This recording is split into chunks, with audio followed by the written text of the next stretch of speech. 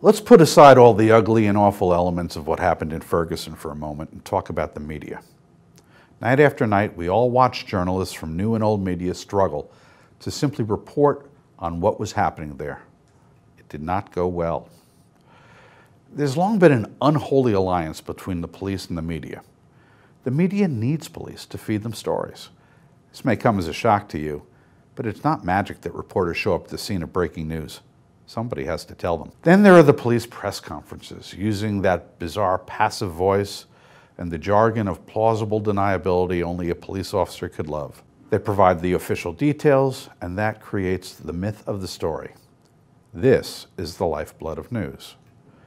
But the one thing reporters don't expect and can't believe is that their love of the police isn't reciprocated. Sucks not to be loved back. They learned this the hard way in Ferguson, where there are videos showing cops pointing guns at journalists, ordering them off the air, arresting them, and saying some very nasty words to their bestie friends. Some of the smaller media outlets have done a superb job of reporting about this. The big ones, like the New York Times, broadcast networks, have said next to nothing. If you seek your news from the big sources, you don't even know this happened. Why? Cynics says they fear losing their best source of news if they don't play ball.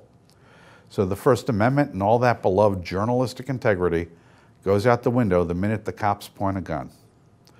According to Pointer Organization, the police are sending journalists a message. They get to report only so long as they do as they're told. Now that kind of chills that First Amendment thing.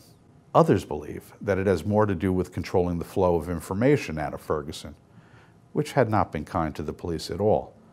Though that wasn't the media's fault, maybe the police ought to consider what they're showing on air. But it only works if the media takes this line down.